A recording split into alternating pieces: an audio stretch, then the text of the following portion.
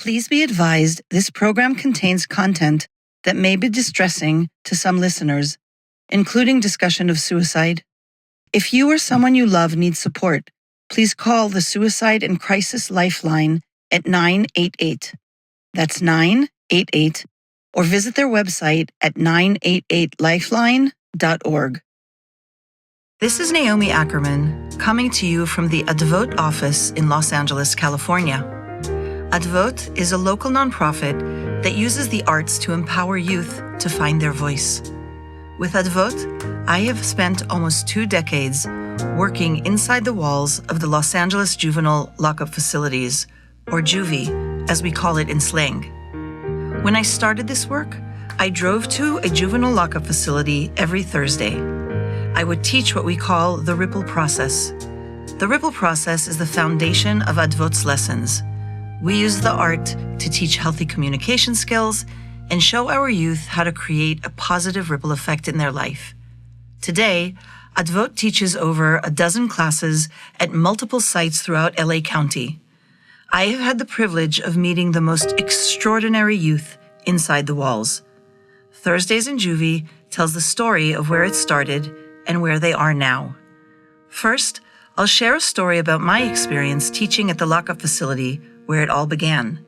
Then, we'll hear from a former Advot student or someone who was system impacted and has turned their life around in an inspiring way. I invite you to grab a coffee or a tea, take a walk, and listen. Listen to the voices of these beautiful young people. I am so happy you chose to join us today to experience the power of love, redemption, and change. This is Thursdays in Juvie, and now, the show.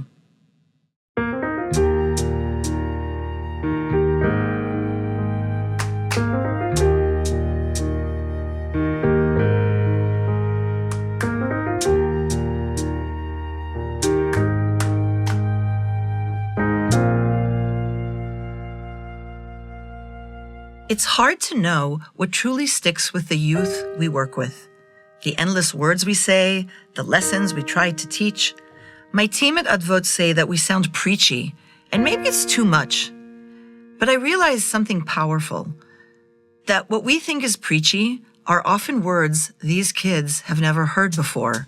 Words like, you can be anything you want, or you're amazing, or I'm here for you, or if you work hard, it'll be worth it.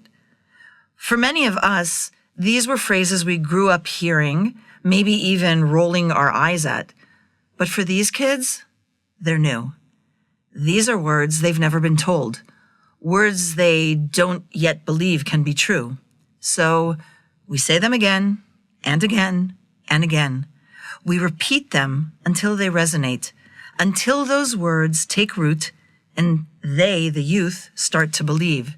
That's how we create possibility, by planting seeds of hope over and over and over again until one day they begin to grow.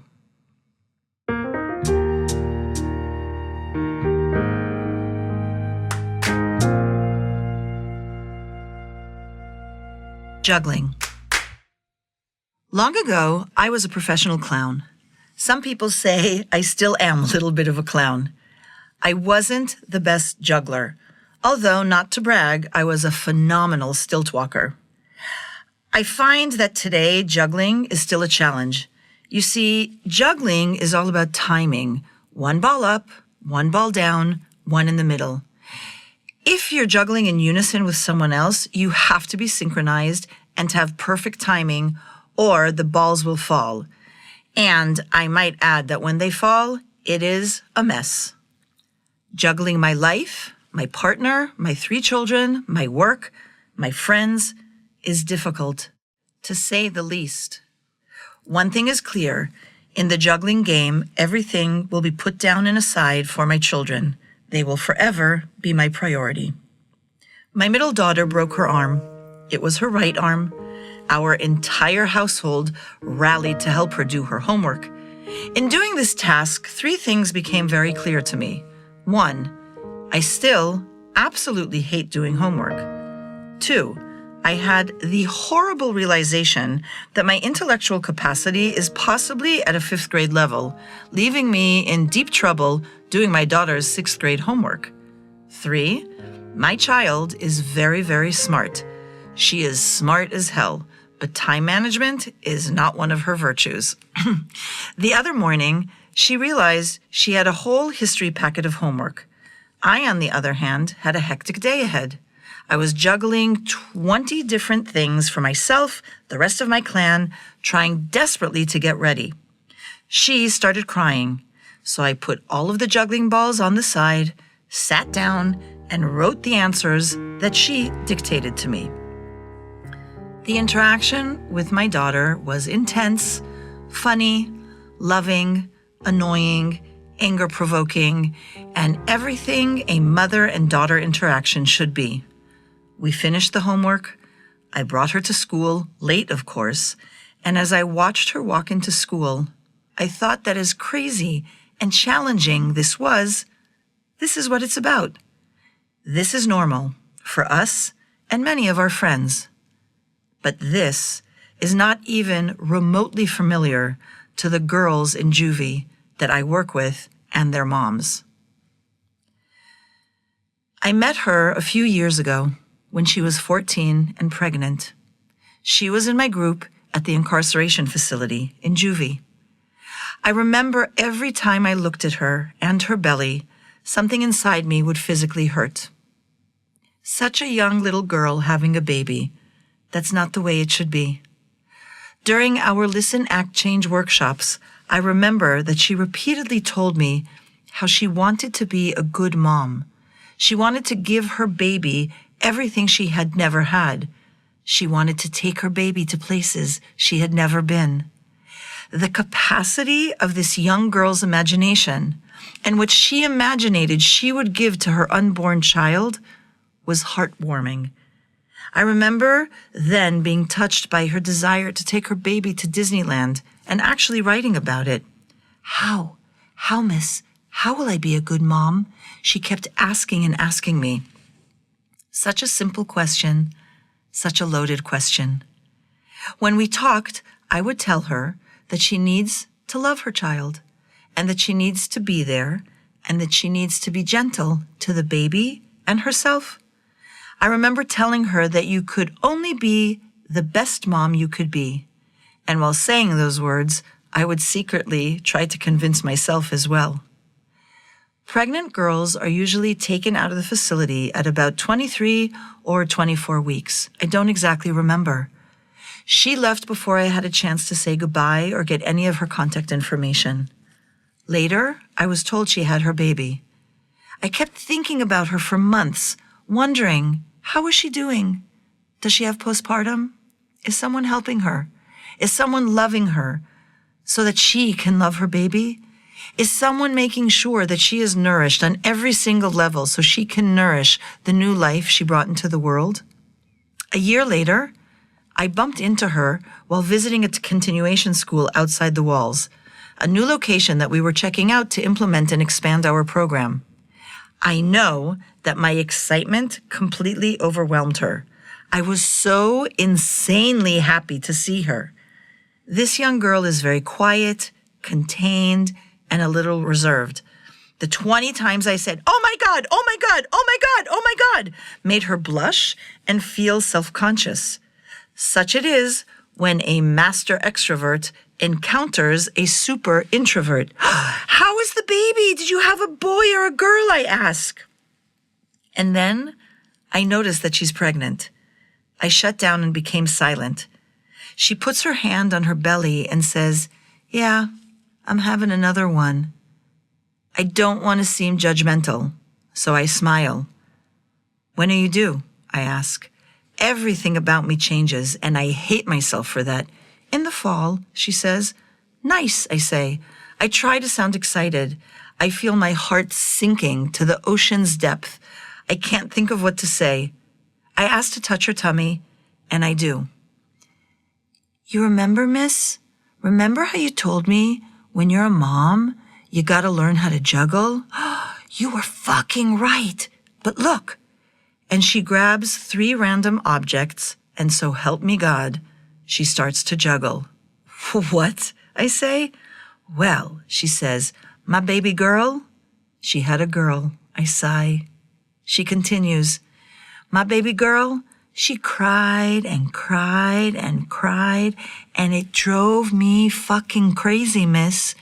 And then I'd throw something up in the air, and she'd stop crying. And then I remembered what you fucking told me.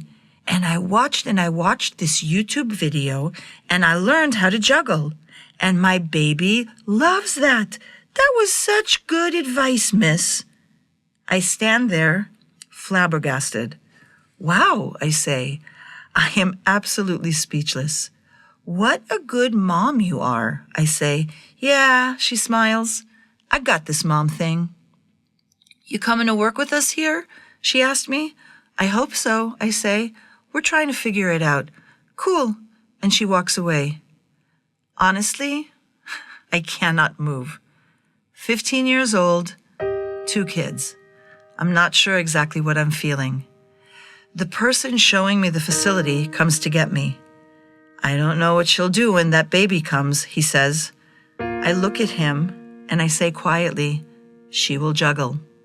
Yeah, I guess so, he adds. And then I tell him what just happened. We both tear up and share the amazement, the fear, and the helplessness we feel regarding these kids' lives.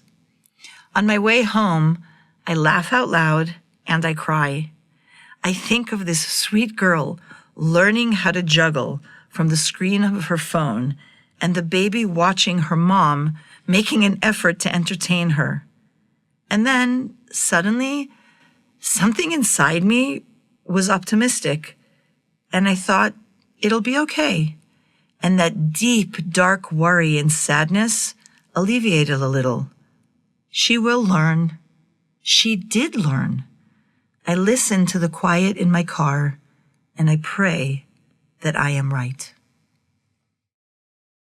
Stay tuned for an interview with a system-impacted individual who's turned their life around in the most inspiring way.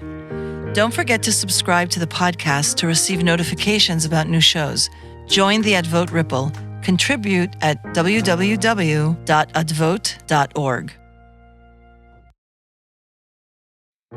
Okay, so we are here, Thursdays in Juvie. I am so honored and excited to introduce Charisma Polar. We are here also with her daughter, so you're going to hear some sounds of a little beautiful little girl in the background because that's how we roll. And, Charisma, Thursdays in Juvie is sharing stories of young women that I worked with in the LA County lockup facility. We know that telling stories is really important. So we're going to start off by you sharing your story, an abbreviated version. I know that there's a really long, elaborate story, but try and give us like a few minutes, like a 5-minute highlight of what you would like to share about your story. Okay. Hi, I am Charisma Polar, and a little bit about my story that I could put into 5 minutes because I do have like such a long, I've went through so much in the small span of less than a quarter century of my life. Growing up, I grew up in a very small house. I shared a bed with my grandma and her wife until I was almost about 11 years old. They took care of me. My mom had me very young. She had me at 14. So I didn't, she still, had her fun, which was fine. Like, as a grandma, she's a great grandma. But, she ended up having my sister, and I was kind of like an only child with my grandmas. So I always felt more comfortable. They did all my plays. They took me everywhere, and everything was like I was their child. Because my grandma growing up, she was on drugs, so she wasn't the mother she should have been to my mother. And I think that also affected my mom and her parenting. And, as we go older, we learn all those things. So when I was 15, my house got raided. And that was my, my beginning into, I guess, real life. Because, I had issues, mentally. I had a lot of mental health issues growing up, which I'm not sure where they completely stemmed from. I did have a very unstable family.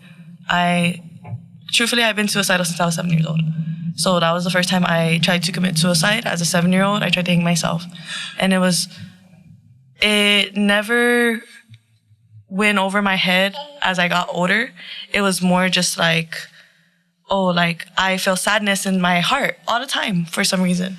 But I was still a bubbly, very bright young girl who was always very friendly to everybody and was very happy. And,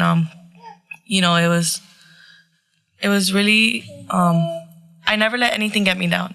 When I was 15, though, we did get raided the day before Thanksgiving. To support our family, my grandma and her wife, they sold drugs. They sold narcotics. And, it ended up catching up later where it did affect our family more. I was taken away, put in a group home, a 30-day group home, and I didn't even have anyone to get me. So, with my cousins, they were able to get me, thankfully, but it wasn't out of love. It was more like, oh, you're going to get paid to get her. We need somebody to get her. Anybody, please get her out of... So I didn't end up in foster care. But throughout that time, I slept on a mattress on the floor. They would let different people sleep over. I would be laying on the floor next to strangers sometimes. They had bed bugs. I would get bitten up by bed bugs. And it wasn't so comfortable. I used to run away a lot. But it wasn't like I hated here. Every time I ran away, I was like, you know what? I need a day to myself. And I would go to a friend's house or something. I would just remove myself out of the environment that I felt like wasn't making me feel good. And I think a lot of youth in our generation, they do things, but why are they doing those things, what's their environment like? Because they're not running away just to run away from life. Obviously something might be affecting them, and that was my situation most of the time. And, long story short, I ended up going back with my grandmas because the social worker kind of got off our case. I wasn't supposed to go back with them, but I ended up being, going back with them, living there. But when I was about 16, about a year later, I found out my grandma, when I got taken away, she was using PCP again. So she took it really hard, and then she just fell back into her addiction. And unfortunately, it caused a lot of problems where she ended up leaving. My biological grandma ended up leaving for a couple months, and it was me and her wife who were stuck in the household. And her wife was struggling to pay bills. It was really hard, and I ventured out to look for a job because I didn't want her to have to support me, knowing that she could barely support us to keep us in a home. And I went to Homeboy Industries because my dad has been incarcerated my whole life. My dad got arrested when my mom was 4 months pregnant. She was 14, he was 17, but he went on trial and he was sentenced to life. So my dad's been incarcerated since before I was born. And he told me about Homeboys. He knew people from Homeboys because my dad's gang affiliated. So he knew people and was like, you know what, ask for this person and maybe they could help you, or you should visit there, because he wanted me to just kind of get in that scene. I never did, though. I never wanted to go and venture out and have to be around gang members and stuff. And it's not that I saw anything wrong with it. That was my family. I grew up around gang members, but it's not something I always try to avoid it, regardless of everything, regardless of the narcotics in my house, regardless of abuse, regardless of trauma. I always try to be away from that. And I liked art. I used art as an outlet. I like to talk to people. I used to just adventure, anywhere that made me feel comfortable. And I ended up going, though, because I really needed a job. So I went and go ask for a job. And the person my dad told me to ask for wasn't there, unfortunately. He was on his honeymoon. And so, that was my luck. But my luck turned around about 5 minutes later when someone who was from my dad's gang knew him. And he was like, hey, what's your name? And I was like, oh, my name's Charisma. I'm Chico Man's daughter. Because he overheard me leaving a message for the man who wasn't there. And he was like, hey, well, what's wrong? I know your dad. I'm that's my boy. What happened? And I'm like, I really need a job. I just told him I really need a job. I'm struggling. And he's like, come inside. Let's see what we could do. So we were on Bruno Street at Homeboy Industries. And that was the first year that they were starting the summer program. Thankfully, my luck was getting bright. So that was for youth, 13 to 18. And it was an opportunity for them to be part of something where they didn't have to be out in the streets, and you got paid for it. So it was like a summer camp that you got paid for, which was super great. So I ended up doing that, and I ended up not dropping out of high school, but graduating from Homeboy Industries, the learning works they have for youth. I moved schools so that way I could continue to work, because after the summer program, there were a couple people who were hired onto First Street where the youth was for Homeboys. I wasn't, they didn't hire me though. They didn't want to hire me during the school year. So what I did is I went to school there. I went to school once a month because I only needed 5 credits to graduate. And I just worked 40 hours a week. I got a job at Jack in the Box. So I used to work, go to school, and I've worked since I was 16 years old. I'm 23 now, and I have my daughter. I go to school. I have been in and out of shelters, which even when I was pregnant, I was in a shelter, but I got Section 8 through that. And I've never been ashamed of that. Like, I've been in and out of shelter since my grandma came home one day and kicked me out when she got back from being on drugs. And it was hard, but it wasn't impossible. Because I did stay with my mom in a shelter as well. But me and my mom clashed a lot. And my mom used to down talk me a lot and just tell me, like, you don't do anything. You're always on your phone. But I used to work 9 a.m. to 9 p.m. So in my head, it was like, you're telling me stuff when I'm home trying to relax, when I just want to be a kid again, like when I just want to enjoy my life. And she used to just talk me down. So I ended up leaving, and I went to a youth shelter, and I did it on my own from there. And I always have, and everything I have, I built for myself. Like, I wasn't even, because I work so much, I wasn't even able to get like EBT or like anything. So everything I got for myself since 16, I paid for from working hard and my jobs. Thankfully, I have a little more assistance now. Like, I'm not saying, if you could do it by yourself, cool, but if the assistance is there, take it, because now I get food stamps and it helps because I don't make that much at my job now. But I go to school, so it's like you have to sacrifice one thing for another. Like, I'm sacrificing free time and maybe getting a job that might have better that might have better pay, but I have a job that works with my hours for school and works with my daughter.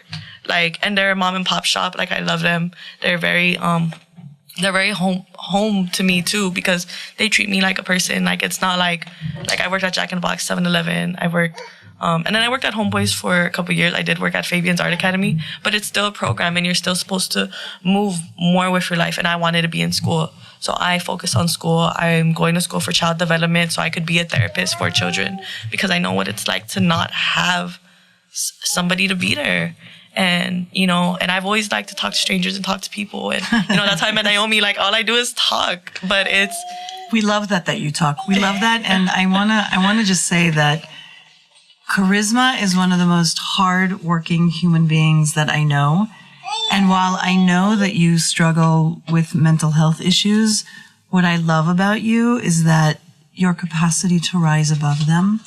It's not easy when you suffer from depression or you suffer from anxiety. And what I love about you is that you have such a good attitude and you're always willing to try, and you are doing it on your own. And no, you should not have to do it on your own. Yeah. But an exercise that we do, and I don't know if you've done it with us, is that we tell our life story in 6 words.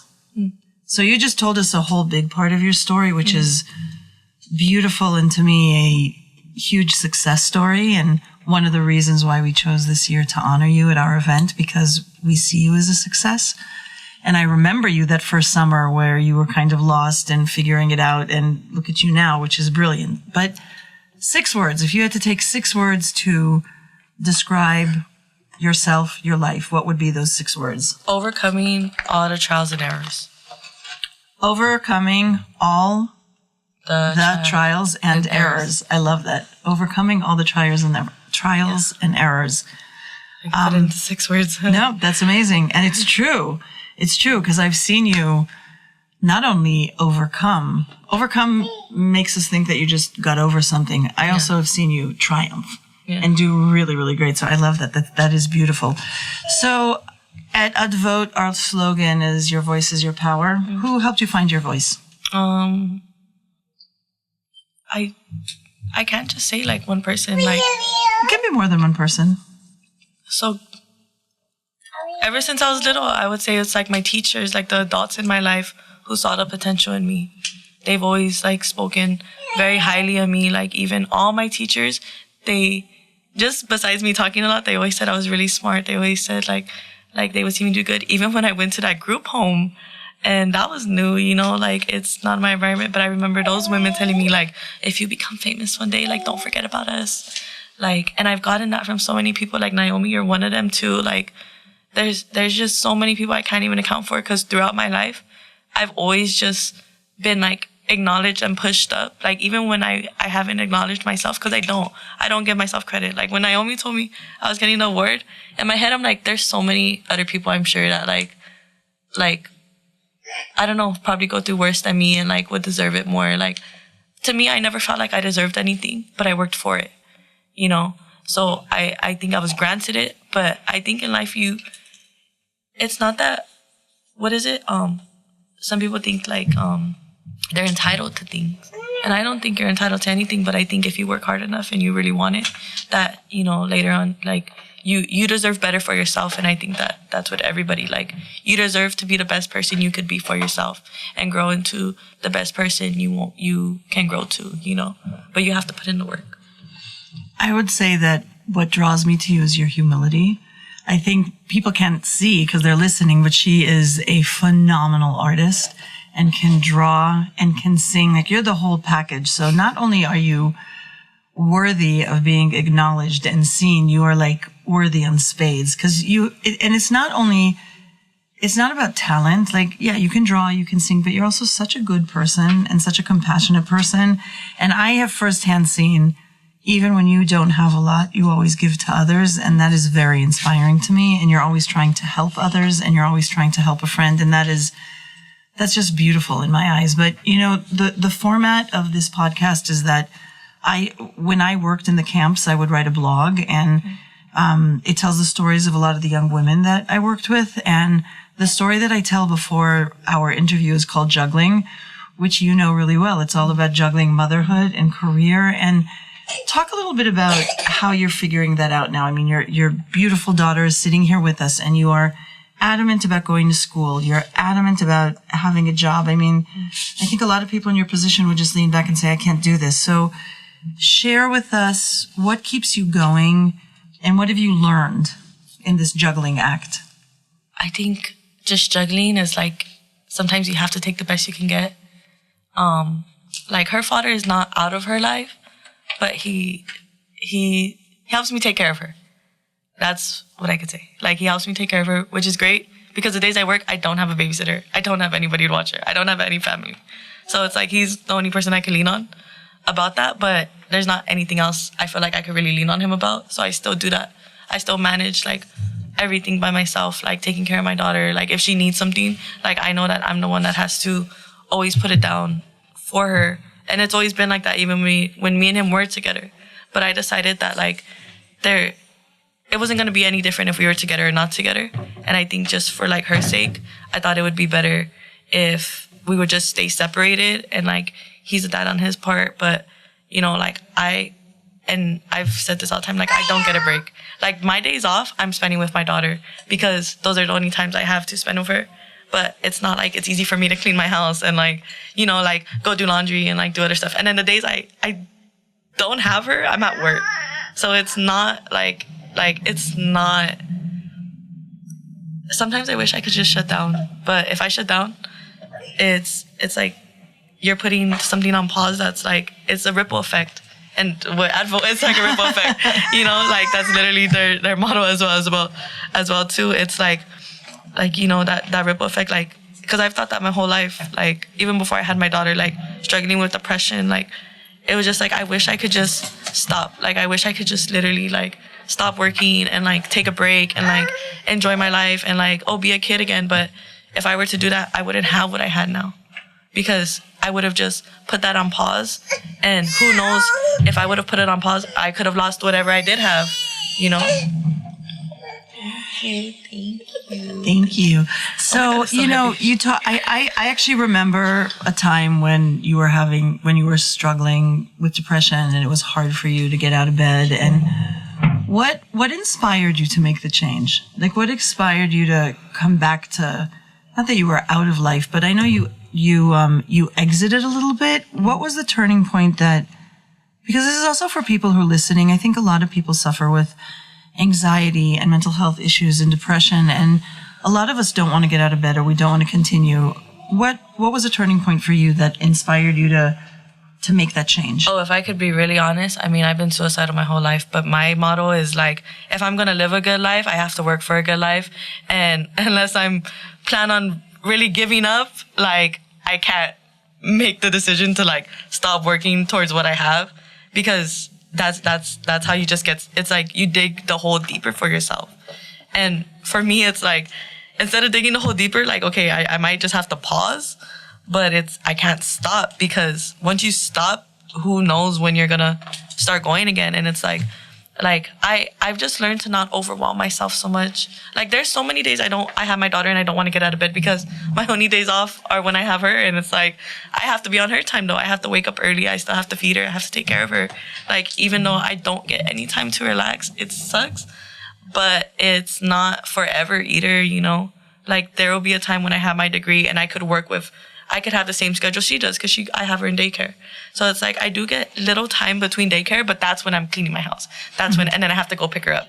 Like, it's like, you don't get that break. And before being a mom, whenever I was just down in my depression, like, a lot of time my friends would help me, or it's like, I have to put on a smile. I feel like I would have to show off for my friends, because my friends also go through a lot of stuff. I have a lot of friends who go through like toxic relationships, like violence, like homelessness, like fighting with their parents, and they just need a shoulder to cry on. And it's like I can't always put myself first. Like, you should always put your needs first, but you have to give and take. Like, I wouldn't like put like, oh, you know what? Like, if someone's crying to me, I'm not gonna be like, oh yeah, but I'm worse. Like, I think a lot of people do that, and it's not like, you're supposed to take in what someone else is giving you, because like, they don't have any other outlet, and it's hard, It's not. But my thing is, like, if I'm gonna live a long life, I have to make sure that I'm working towards a good life, because I wouldn't want to live a long life and be struggling later on in my life. I love that. Live a long life, make it a good life. I also, from what you were just talking about, and I know this about you, that you have a core group of really good friends around you. I think community is really important for everything. And to have community is really important. And I think about the community, or the people that are listening to this and are listening to Thursdays in Juvie, and who are listening to you and are inspired by your story. What would you want to tell people who are listening to this? Like, if they meet a young mom, if they meet someone who's struggling, what would be your advice to them? What would you tell them? You don't know who's struggling. People wear it very well sometimes. So I think little things of just acknowledging someone, like telling someone hi on the street, telling someone have a good day. Little things like that make big changes, because some people feel like they're so alone that nobody notices them, that nobody's there. And I felt like that before, but that's why I love talking to people, talking to different people, because it's just like, it's like you just never know what somebody is going through. You never know how are you doing could make someone's day so much better, because they'll think to themselves, how am I doing? You know what? And if they're comfortable enough, they might be honest. But I've had people who I barely know on the street tell me, like, my life's effed up. I'm trying not to swear so much, but like, my life's effed up, and my girlfriend just left me, or my kids, or I don't have my kids, I can't see my kids for the holiday. Like, some people just need to get stuff out, and it's like they're not able to get it out. And sometimes venting to a complete stranger is easier than telling people, because it's also very embarrassing as well to some people. Like, I know some people may have a lot of pride. I don't have. There's times I have been prideful, but I'm not afraid to speak about my life. Like, I told my grandma I was doing a podcast, and she was pissed. Like, and my great grandma though, like, she's very, very old fashioned. She's not even like very technique, like, you know, but she watches TV, and on her TV, she was like, I just seen people doing a podcast. And she's like, why would you do that? Like, why are you going to put your life on blast? I'm like, Grandma, I put my life on blast all the time. Like, I'm not embarrassed about it because I know I'm not the only one, and I know I'm not alone. And I don't think people should have to feel like they're alone in bad situations, because I promise you, it's happening more than you think. Like, me and all my friend groups, we have all been in domestic violence relationships. And that's like 5 girls. So what, 5 girls out of like, how many girls are in Los Angeles, California? Like, you're not alone. Like, I've met men who are struggling being fathers or struggling with work, or like, you know, like they've had to put their pride down. Like, that's why, like, I'm saying men too, because it's not just women who are like going through the, you know, or it's not just relationships. Like, not everything is about relationships, but sometimes it's like living in a toxic home that you can't get out of. LA is so expensive. There's so many people that have to live in bad situations because they can't go anywhere else. So it's like they have to find whatever outlets work for them. And it may not always make people happy, but it'll make, you know, you have to do what makes you happy. No one's living your life. No one's walking in your shoes but you.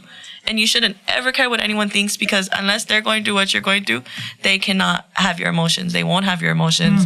And they won't be feeling what you feel. You know, something that may not affect me as much may affect someone else much more. And we're all built differently. Like, it's not that like, oh, like my mom used to do a lot of comparisons with me and my sister.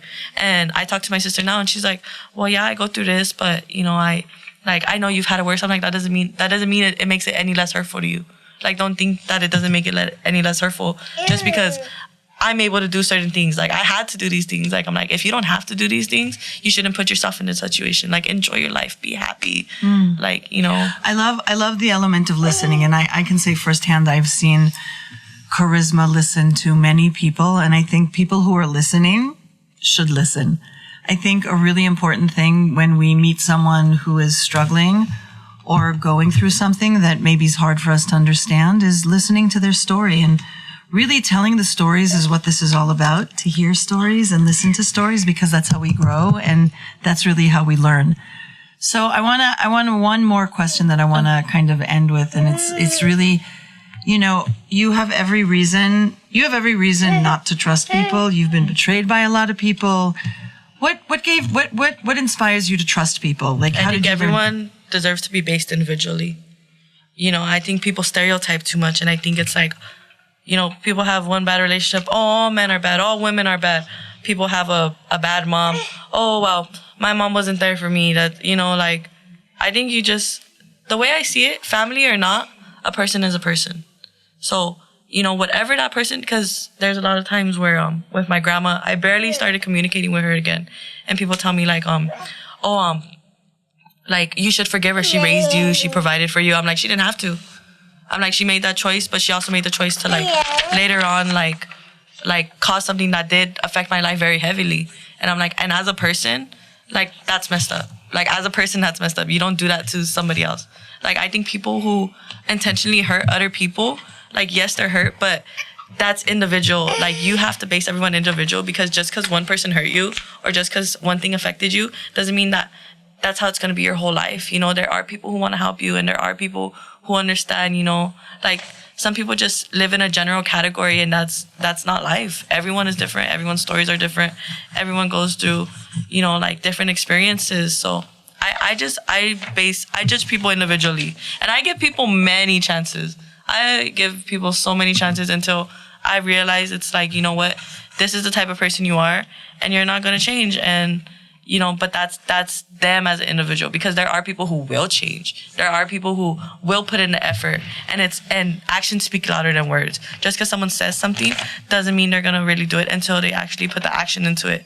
I was very tired. I was almost like, I think I'm gonna have to cancel or reschedule. But I was like, no, you know what? I told Naomi I was gonna do this. And I'm like, and why am I gonna hold myself back from doing something that I feel like does make a change? But that's the depression. That's what gets you. That's what holds you back. But you have to not hold yourself back. You know, people have to take accountability for all the actions they take in their life and all the decisions they make. And I think that's a big problem that some people aren't ready for. So first of all, I'm really happy that you decided to come and that you brought this beautiful little girl with us. And what I want to take away from this something that's really important, because charisma, something that I've learned from you is really not to hold a grudge. I've watched you have so much compassion and forgiveness, and it's not even forgiveness because you're not even mad.